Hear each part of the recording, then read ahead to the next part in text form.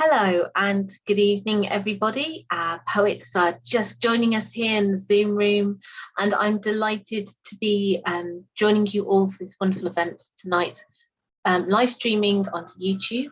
I'm Jane Kemain from Nine Arches Press, and this evening's event, Past, Present and Future Poetry Conversation with Julia Webb, Suzannah Evans and Tom Sastry.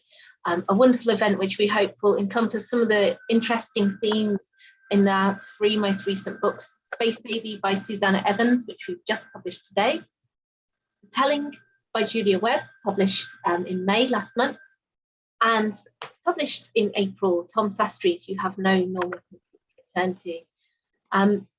It should be a wonderful evening exploring the themes of the poems, and also a chance to hear some of the poems as well from the various poets also.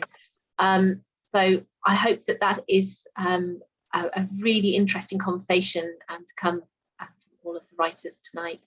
So before we begin, just to tell you a little bit about each poet and about the books that they will be reading to you from. Space Baby is the second collection by Suzannah Evans, and it asks difficult questions about the Earth, its beings, and what lies ahead for them. How do we look to the future on a planet that is burning? If the human race destroys itself, what do we have and where will we go?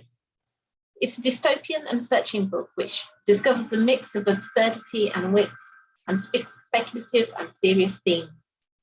Suzannah's poems are vivid, prescient, and look at the ideas of existence and survival and ask, importantly, how we can still find joy on a ruined planet.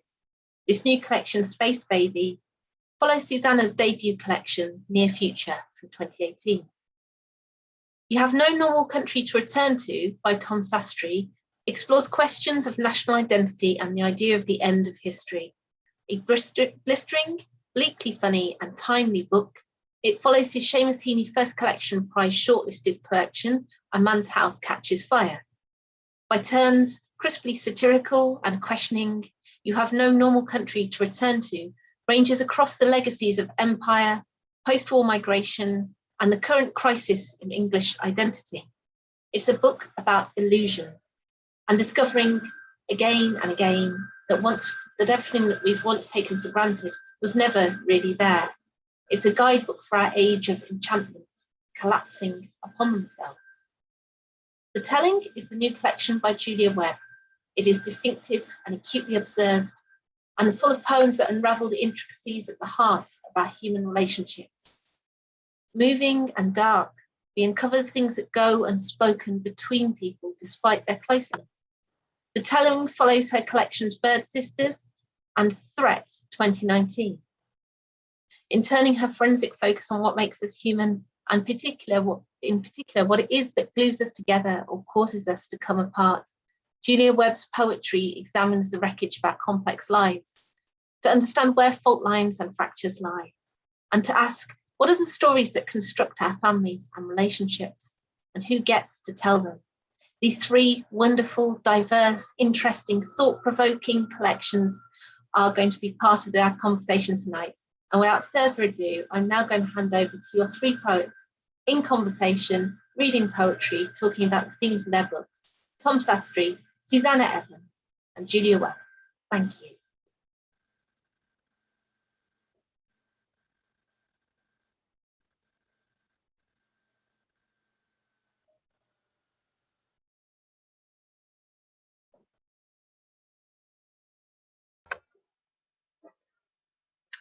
Hello. Can I just check that everyone can hear me? Fantastic. Okay. Yeah, we all wanted to do this because we're all fans of each other's work, and we all had books published in the spring, and we thought it would be nice to get together and to request some poems from each other and talk about the overlapping themes in our books.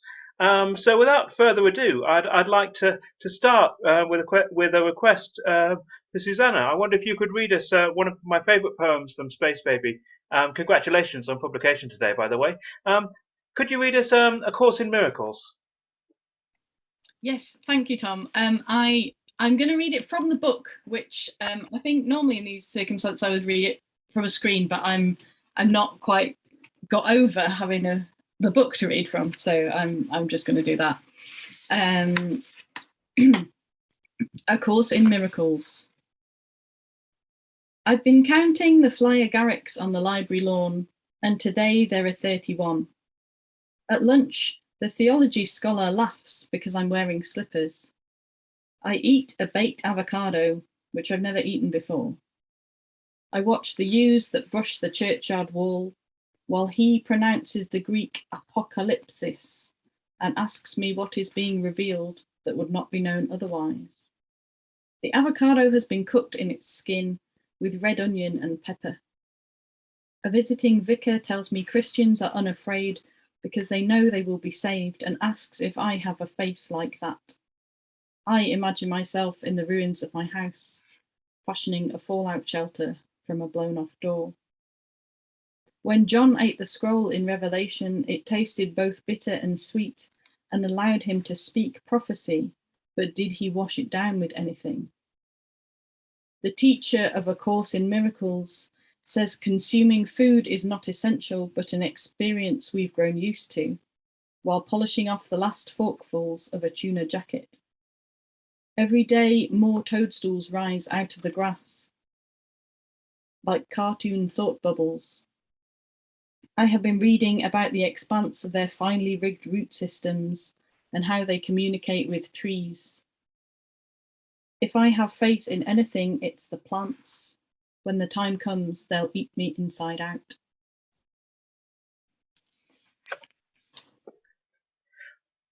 Thank you. Firstly, I'm going to have to disclose something, which is that I can't hear. I'm afraid I can't hear you, so I'm going to ask you a question, but then I'm not sure that I'm going to be able to hear your answer. So I hope you can speak at great length and very eloquently.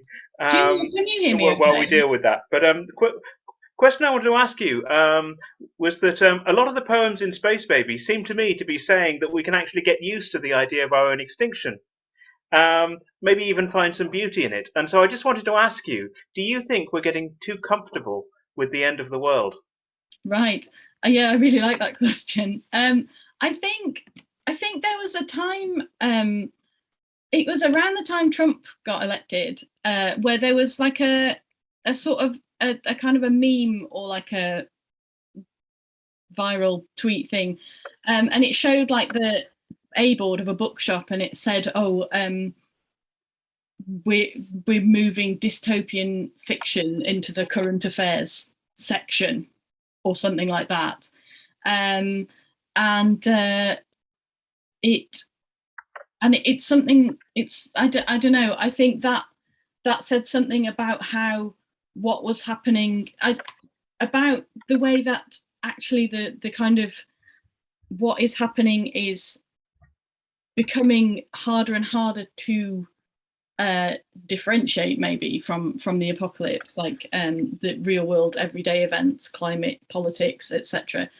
And almost that my feeling is that those things are happening at kind of quite a slow pace. It's quite tedious. It's quite awful to watch the news. You know, it gets worse and worse, and it kind of has this sort of burnout effect on all of us. I mean, the pandemic is a really good example, of course, as well. You know, it just goes on and on, and it's hard to sort of shoulder that kind of feeling of the world ending for a long time. And the apocalypse in the kind of biblical sense, or the, you know, thunderclap sense, or the big rip, or, you know, whatever it is, the sun going out, is almost easier to handle, the idea of everything like finishing at once, than it is to tolerate this, like, oh, now this happens, you know. And so I think actually we kind of use the idea of the apocalypse as escapism, because apocalyptic things are happening everywhere in the world, and that it's not really like that. Does that make sense?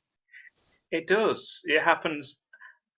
Yeah, it's an interesting thought that the accumulation of evidence that things are going very badly is a harder thing to deal with than the idea that you might be walking down the street one day and the ground might open up, or, you know, or the meteor will fall from the sky, or something like that.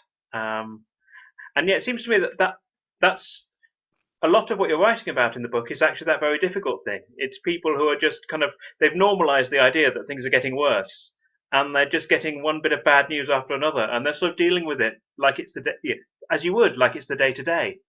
Yeah. Sorry, carry on. I was going to ask you, are you writing about the future when you write about that, or are you writing about the present? Is this what you see happening now? Yeah, I don't know. I think there is something that was a very conscious choice at the beginning of writing Space Baby, although I didn't know at the time it was going to be Space Baby, but I wanted to think about long-term thinking. I wanted to think a little bit more about timescales that are beyond, the generation. I think we can think of our own generation and maybe the one after or something like that, but I don't think humans are very good at thinking in long term. I mean, we've got a government who can only think till the next general election, for example, and that means that things like climate change, which is a long agenda and a thing that really has to be considered in big terms, things like that are difficult for us to prioritize, and even now when it feels very urgent. So I don't know what I'm trying to say there, but yeah, I got really interested in like, how might I think about the long term? How might I think about thousands of years instead of 100 max? Yeah.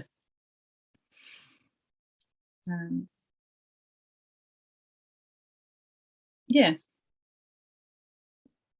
Can I jump in and ask you to read your next poem? Yes, of course. Which is How We Miss Them. Yes, I'm going to find it. I've got the old markers in because I don't know my way around very well just yet. But yeah, this is How We Miss Them. We love to watch them in their high-speed lives, their small soft-covered heads and strange vehicles. We've kept the earth lick coins, their tiny inscribed papers, in the hollows between our roots, evergreen plastic bags that dress the shrubs and flap to shreds in winter. We have no ceremony to mark their loss. The saplings these days wouldn't recognise tarmac, don't remember those revolution weeks where we first split the roads, fingered our way into culverted streams and drank. There's nothing of theirs we can't break, given a century. But we miss the way they'd sit in summer, their tiny backs hunched against ours, sweet warm lungfuls humming upwards. We send our roots deep as they'll go, for the last papery dust of them, the sweat taste of fungus, the grains of salt they left us. Thanks so much. That's one of my favourite poems, I think, in the book. It's one I keep coming back to. I was really interested, I mean, what you and Tom were talking about the dystopian future, but what I really particularly liked about that poem was how you turn the idea of extinction on its head a bit, so that it's human. So humans have become extinct before things like trees. So normally when we talk about extinction, it's how we're affecting everything else and how everything around us is becoming extinct. So I thought that reversal was very effective in illustrating how we're damaging the planet. And I wondered if you could talk a little bit about how the poem came about and how reversal of ideas can be used in poetry to show something in a different light, maybe. Yes, definitely. I don't really like to think too much, or I try and sort of push my poems into a place where humanity and nature are not as separate. I think it's hard to do it because I am a human and I'm writing with a human language, and writing is quite a human thing to do. But I nevertheless, I'm interested in that, however ineffectively I suppose I end up doing it. I think the poem actually came about because it's dedicated to Kate Fox, and I think it came about through a Twitter conversation about, what what we mean when we talk about extinction, because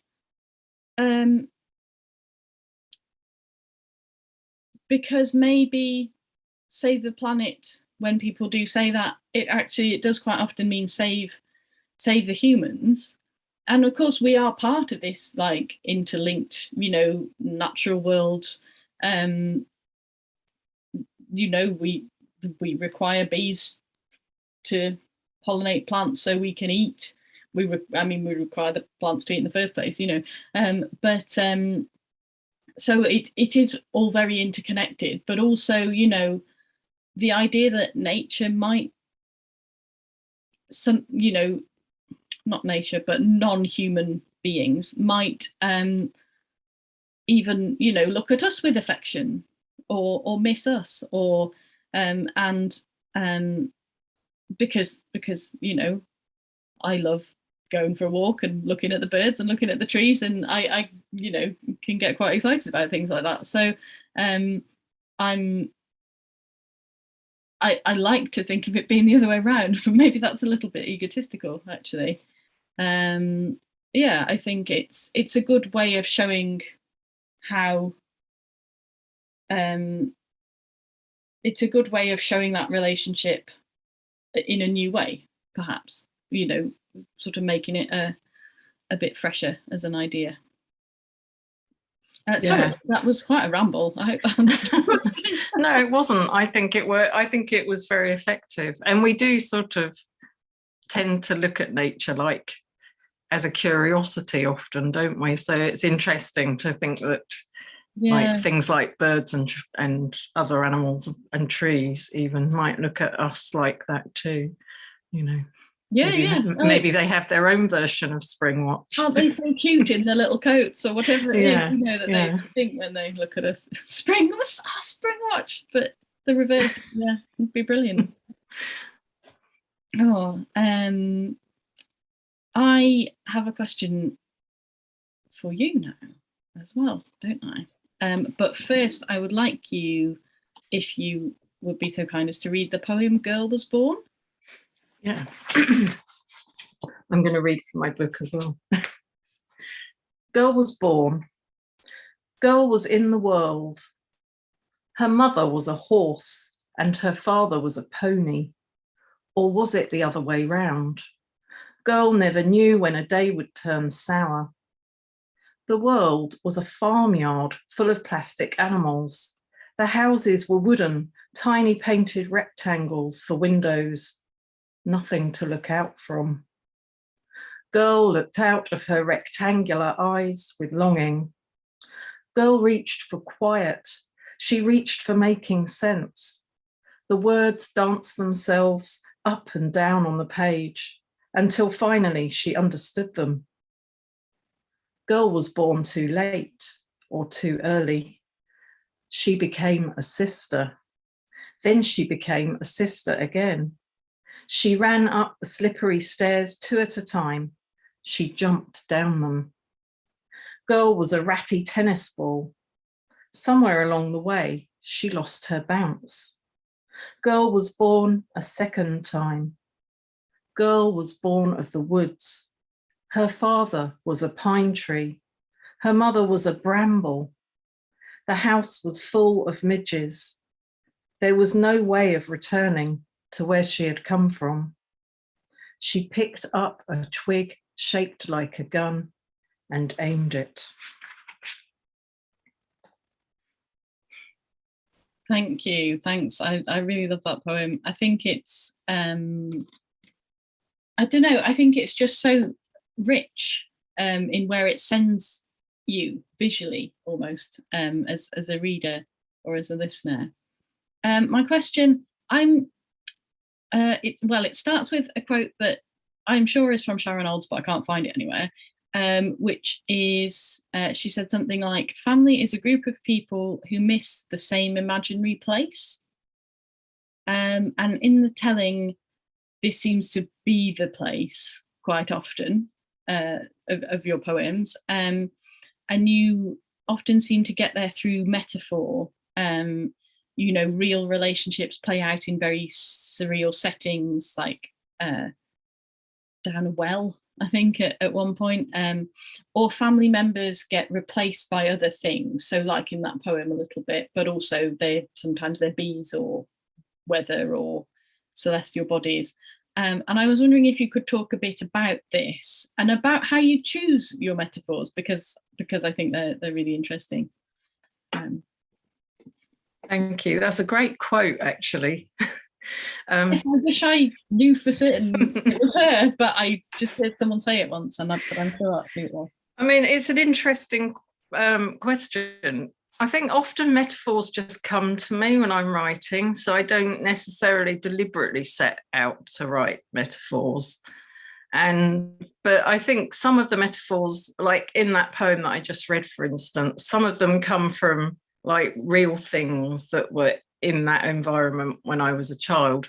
So for instance, when I talk about the houses with the windows painted on, we had these like little wooden like village set when I was a kid that had like painted on windows, and I was always intrigued by it because I was thinking if there were people in those little houses they wouldn't be able to see out. And also we lived in a town surrounded by pine forests, which we moved to from London when I was about 3. So I do bring real things in and things that people have said, but I think also in there's a lot of water imagery in the book, and I think in dream interpretation, water often stands for the emotions.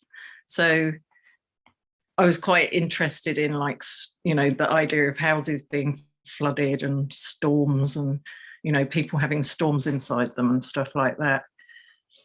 Because I think that's quite a good metaphor, especially in these times when we are confronted with climate change and people are being flooded all the time. And it's quite a shocking thing, isn't it? Like the invasion of the forces of nature into your domestic space. So, but on the Nine Arches blog, I've talked a bit about the first book in the collection, Plane Crash, which is where the mother is the mother is the plane crash. And that came about because it was partly because I'd watched a documentary on the TV about the band Lynyrd Skynyrd, and several of them had died in a plane crash. But they showed this scene where there was like things scattered around the countryside, like really personal things. Yeah. And it was really it's quite disturbing, isn't it, when you see those things? Vivid, yes, to see those things so out of context, I suppose, as well. And to know that, the reason you're seeing them is because something terrible's happened. Something terrible's happened, exactly. And also, the other thing I was interested in is the idea of how trauma is passed down through generations. And there is some evidence now to show that it can change your DNA, trauma can change your DNA, so it can actually literally be passed down through the generations as well as through the behaviour of people who have been traumatised. So my mum had a very traumatic childhood, and obviously that affected how she was as a mother herself. But yes, I don't know, it could have even been something that changed her body, that changed what she passed on. Is like, it's sort of mind-blowing, really, isn't it? Yeah. Tom has returned, which is good. Yes, I was just going to apologise for having had a problem earlier. I had to press every button on the screen to try and get sound back, and I didn't actually manage to start the apocalypse. But yes, I'm back. But I don't want to. It's been averted. It's been averted. I wonder if I could now ask you, Julia, for another poem. The one that I was hoping you would read for us is Remaking Mother. Yeah, sure. Remaking Mother. I am making her from wire and string. I am using anything I can find in the house. I am incanting her name as I cut and shape and glue. I am singing her back to life. Her eyes are buttons. Her hair is string and strips of polystyrene. Her mouth is a plastic milk bottle lid, red as a late summer rose. She hefts herself up out of the junk and walks towards me. I keep on chanting, keep on singing. She holds her hands out, pleading. Her arms are lolly sticks and her hands are corks. Her fingers are pearly-headed pins, sorry. Her body is a pizza cut from a box lid. Her legs are toilet roll tubes, and her feet are large round pebbles from the garden. She shuffles towards me, and I can't turn away. I sing her name out, Carol, Carol. The sunlight moves across the window and lights up her face. I think that's an extraordinary poem. Thank you. I don't know if that counts as a memory poem, but certainly in a lot of memory poems, I think the act of telling the story is therapeutic. Being able to tell something as a story asserts control over the past, even when that past is painful. And I thought that throughout the telling, you deny us this comfort. I think you're showing us something very hard and truthful, that even when we understand the past very well or feel that we do, it still remains an unruly and unpredictable presence in our lives and relationships. And I wondered whether that was something that you did deliberately.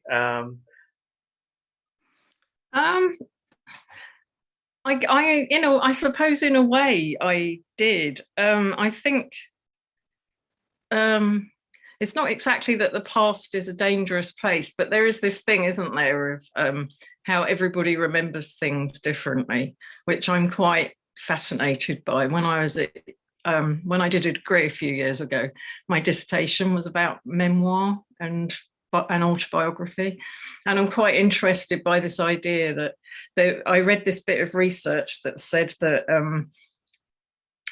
if a group of 10 people experiences an event, like say a plane crashes through the roof of the house or something, if you talk to them 5 minutes later, they'll all tell a different version of what happened.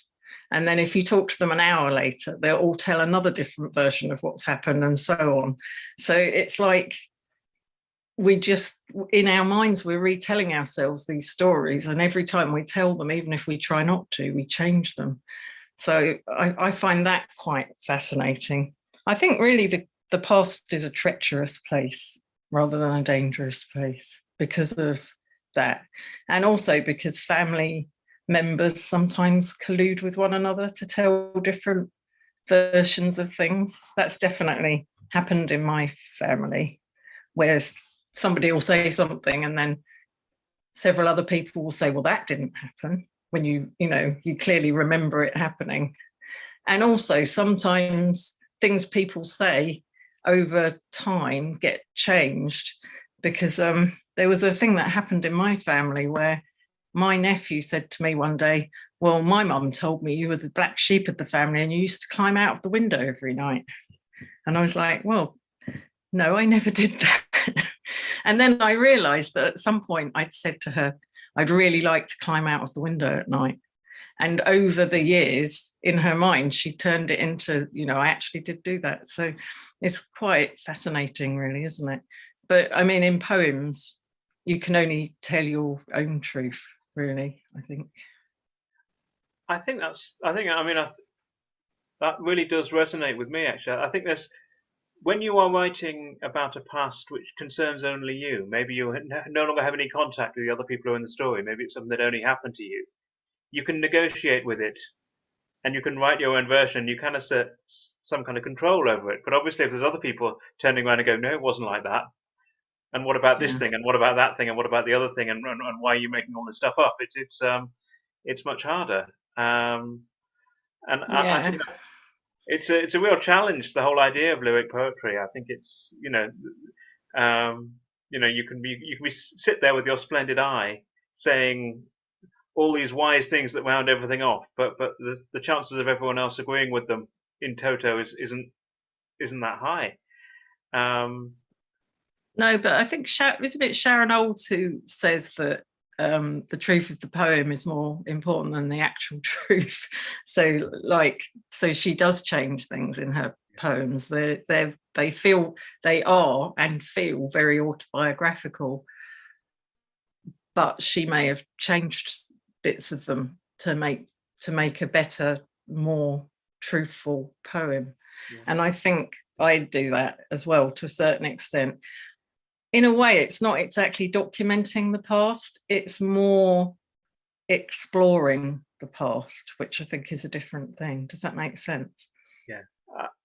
I think, I mean, maybe this is a personal taste, but I think almost all the poetry I love writes into the difficulty rather than writes into the answer that you're settled with. And yeah, I'm not sure I would necessarily, if I wrote poems about my family members, try and persuade them that the truth of the poem was a higher thing than their memory of what actually happened. But or at least I would choose the family member very carefully if I were to do so. Yeah. I think obviously you have to do that, especially if people are alive and they all have their own opinions about things. But what I loved about the book was the way that negotiation or that discord or that that's all it's all there on the surface. There's no massive investment in the wisdom of the speaker. It's and I thought that was really, really beautifully handled. Thank you. Yeah. Is it time for me to ask you to read a poem, Tom? Well, I won't say no, but that's a promise. So. So I think the poem that I'm going to ask you to read is Searching for the Last Word.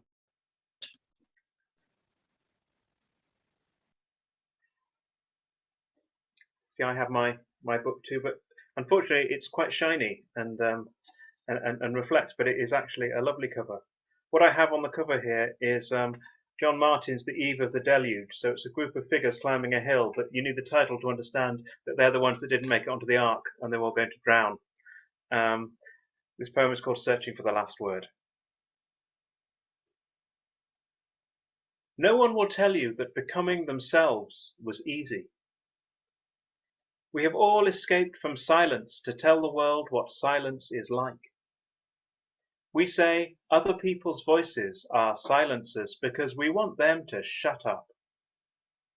We're testing our rage to see what it does. The world shows off its new wounds. Once in a while we stop to watch them bleed. Each silent shooter drops their weapons which fall silently to the floor.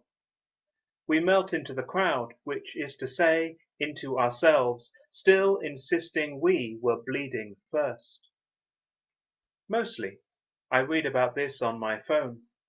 I rarely watch TV, and when I do, I am shocked at how real it feels with sound. Last night, a meteorite fell 11 time zones from here. One of the continents is gone, and we will not see the sun again. Everyone is shopping. You can see queues at petrol stations on every channel. The silent people are visibly upset. In a few months, they will be dead. Everything on the screen will be archaeology. Meanwhile, let's drink. Outside, the last safe rain falls on the still green earth. The reporter speaks of the enormity of the disaster for which there are no words. He fears silence more than anything. The silence he fears most is his own.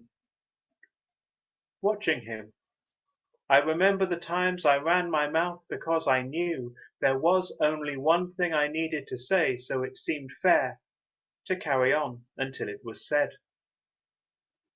I never found out what that thing was. So I guess it was probably something ordinary about love. Thanks, Tom. I really like that poem. It's one of those poems where I get something new out of it every time I read it or hear it, which is really nice. I particularly like the first line today. It just seemed very poignant. Can you just read the first line again? No one will tell you that becoming themselves was easy. Yeah, that just seemed very poignant in light of what we were just talking about, actually. So I was interested really in the sense of dislocation in this book in particular, not just of the narrators of the poems, but of seemingly everybody in, within the worlds of the poems, how everyone kind of jostles along together, but how we ultimately fail one another. As if we have created this incredible world full of luxuries and things designed to help us, like fast food and cars and TV, but somewhere along the line we have lost sight of ourselves. Could you talk about that a little bit? Do you feel that the human race has lost sight of itself? And is poetry a way we can find ourselves again? Well, I don't know. I mean, I have no idea how to be human. I just don't know how you're supposed to do it. Certainly in the sense, we bundle all these idealistic thoughts together, empathy and compassion and wisdom, and we call that humanity. But I have no idea how to do any of it. So I start sort of with this sense that this stuff is really, really hard. And it's not, I think, hard for the rather facile reason that people say it is on Twitter. It's not because people have the wrong values or have made the wrong choices or don't realize what's important. It's actually because relating to each other, holding the complexity of the world, three of us in conversation, with different needs, things we want to say. It's actually unimaginably difficult. And if you get good at it, you just become more aware of the ways you're failing, because actually one of the terrible consequences of actually getting slightly better at relating to other people is that you become more aware of all the ways you're failing them. So that kind of that sense of inadequacy is kind of hardwired into the whole project. And I really, it comes back to something. I don't want to talk about poetry because we're trying to talk about being human, but poetry is a way of trying to be human and failing to be human. But it does come back to this idea that I think we should always be writing into the difficulty. I don't think poems should be setting up some kind of a fantasy portrait of the kind of humans we'd like to be, even in a wounded way, let alone in a kind of happy way. Because I think we've already got social media, haven't we? We've got Instagram for aspirational images, and we've got Twitter for moral perfection. And I do think that but one of the most important things to write about is that we don't know how to be our own idea of good. And I think that runs right the way through this. Obviously, the backdrop to the poems is, it's scary political stuff, it's scary environmental stuff, it's all the scary stuff we've been talking about this evening. But I think I want to detrivialize the problem of doing the right thing. It's not you do a cost-benefit analysis and you think it might not be good to me if I do the right thing, so maybe I'm too scared to do it or too selfish to do it. It's much, much, much more complicated than that. Yeah. And I think the idea that it's simple and it's easy is one of our biggest problems, because it means that we end up with even if we've got beautiful ideas of how the world can be, we end up with an utterly stupid idea of change, which is if only everyone else accepted my values, then everything will be okay. And you can't, and all the problems we've got are about getting human beings to change, whether it's climate change, whether it's the pandemic, all the massive problems, they're about people. And if you have a stupid idea of change, you might have all the right answers, but it's not going to help. I spend too much time on social media, so I see this a lot, and maybe in real life it's better, but I wouldn't know, because I'm not good enough at being human to actually connect with people properly, and all I will have to find out. So I just write poems. But anyway, I'm going to shut up now. I think I've said more than enough on that. That's a very complex answer, isn't it?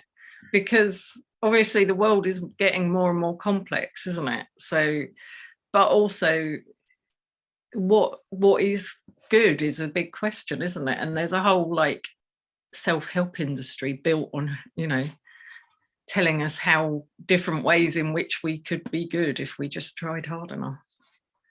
So it's really interesting. And then you add into that climate change as well, and then there's massive guilt too, isn't there? So, and I think you definitely hit on all those things in the collection. Yeah, absolutely. I agree with all that. But the expectation of perfection, maybe, that is become a bit too simple. But I'd like to ask you to read a poem as well, if that's okay. Tom, I'd like to ask you to read The Path Through the Hospital Grounds.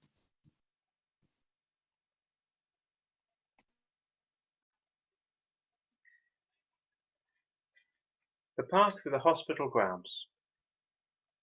Everything your teachers said about observation is wrong. The birds on the roof don't matter, nor the snowdrops, the large windows. The picture hides the story. This is where statistics bloom.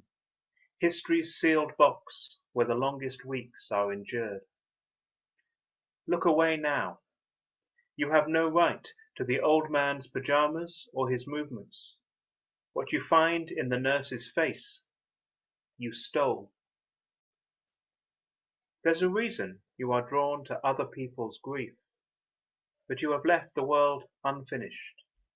It matters, selfishly or not. Take your Armageddon eyes home. Keep them from the calendar, the mirror. Of course the days are full of holes.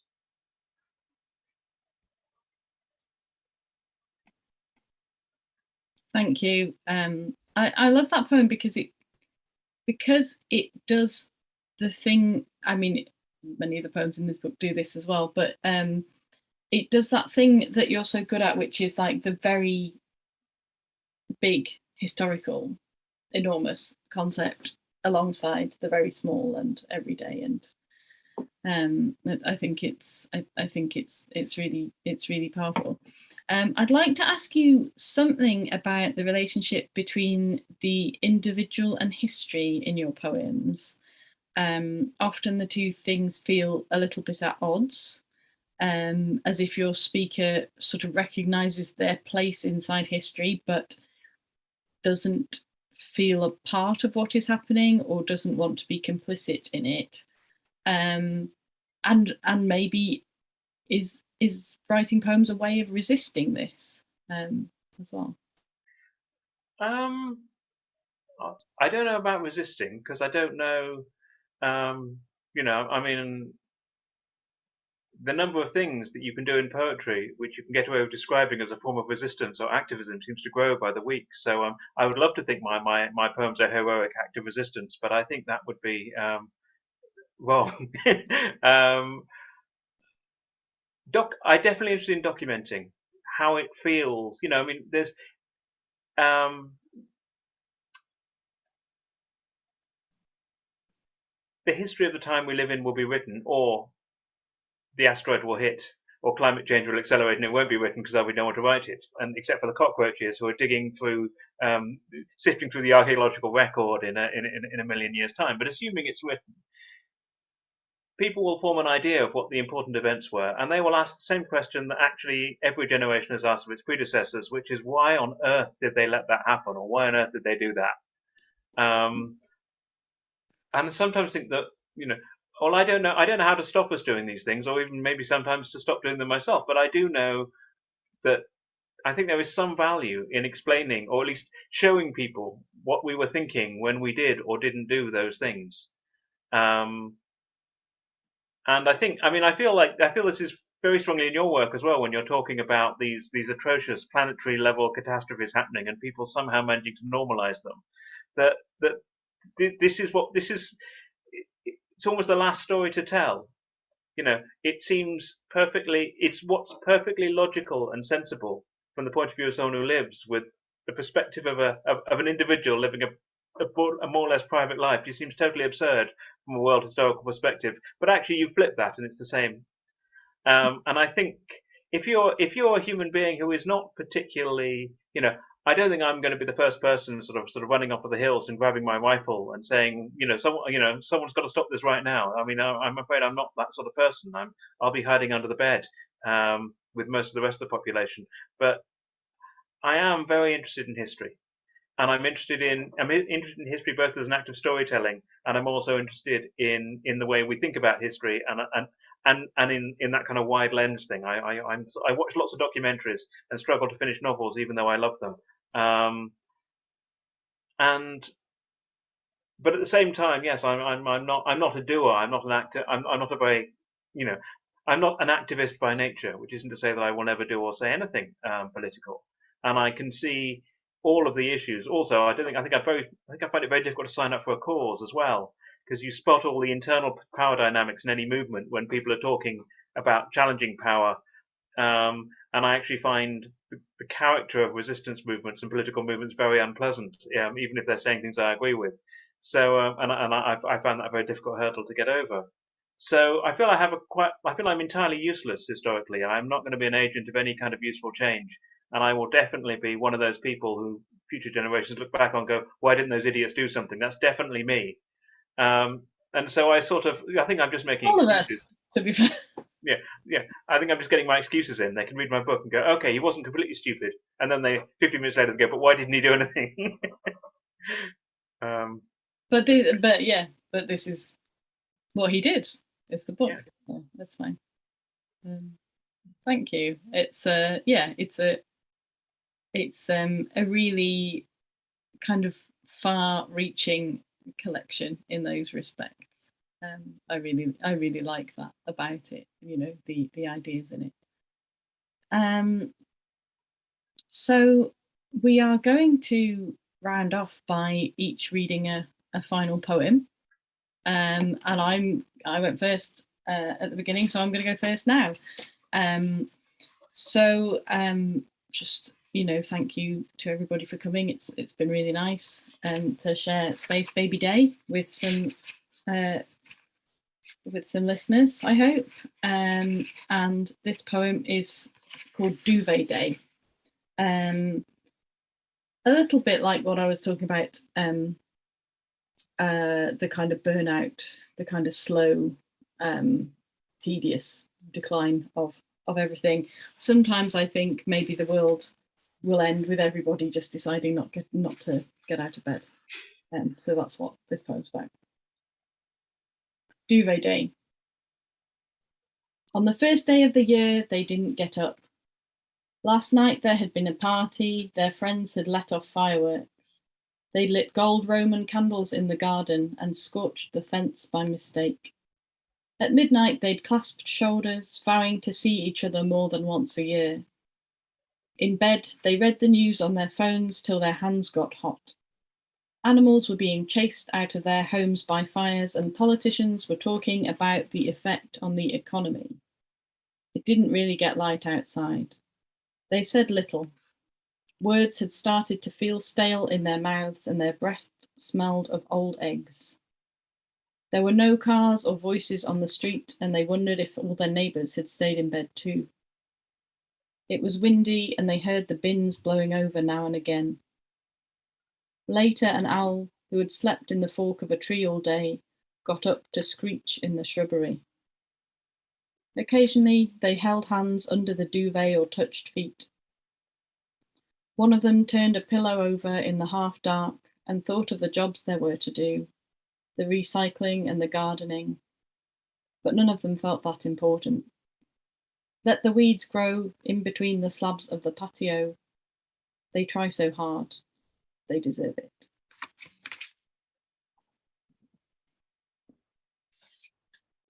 That was great, Suzannah. And congratulations again on Space Baby. And thank you to everyone who's listened in tonight. So I'm going to read the first poem in my collection, because we touched on that when we were talking about it earlier, which is Crash Site. Crash Site. We remember only vaguely now the wreckage of our mother. Her damaged fuselage suspended precariously between two broken pine trees. How carefully one had to tread so as not to bring the whole thing down. And everywhere the stink of spilled aviation fuel, at least in the beginning. We never did find that black box, so it was always unclear exactly what had happened. and each survivor told a different story. But the wreckage was there for all to see. Seats and belongings scattered far and wide, things broken open, life jackets snagged on jagged branches. Though our mother's windows had popped out with the pressure, she sometimes talked affectionately about the plummet, but swore she could remember nothing of our other life before takeoff. Our first memory was the screaming of metal and the silence which came after.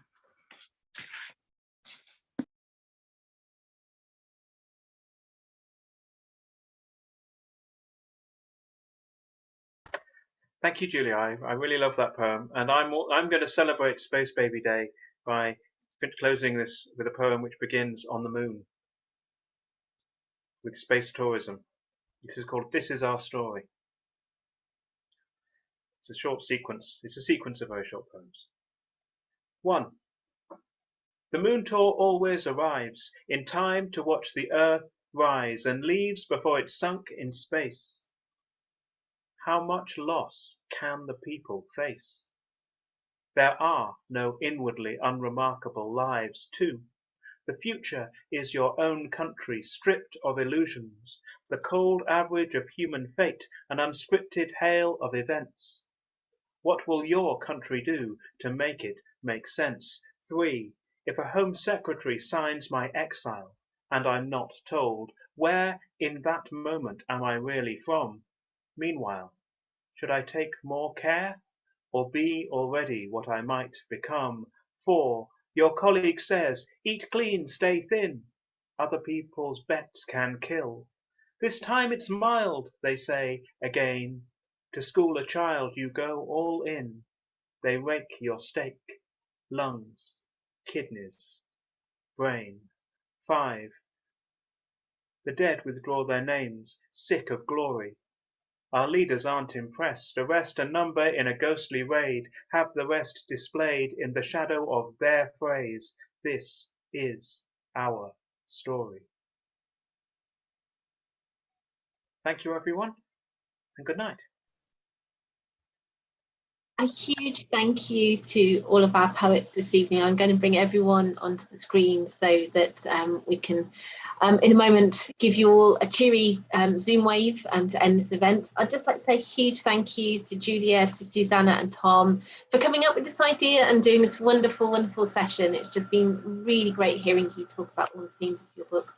And congratulations to Suzannah on Space Baby Day, official. We're delighted to launch this book, and congratulations also to Tom and Julia on their recent collections, The Telling, and You Have No Normal Country to Return To, all of which are available from our website. A huge thank you to everybody who joined us this evening as well, and who's been part of our audience. It's been lovely to have you here, and a huge thank you to my colleague Angela Hicken, who's also been looking after you all on YouTube as well. So nothing more for us to do now than to bid you all adieu and wave good night. A huge thank you, everybody. Take care, and we'll hopefully see you soon on another Nine Arches Press live stream events in the next few months, hopefully. Thank you, everyone. Bye.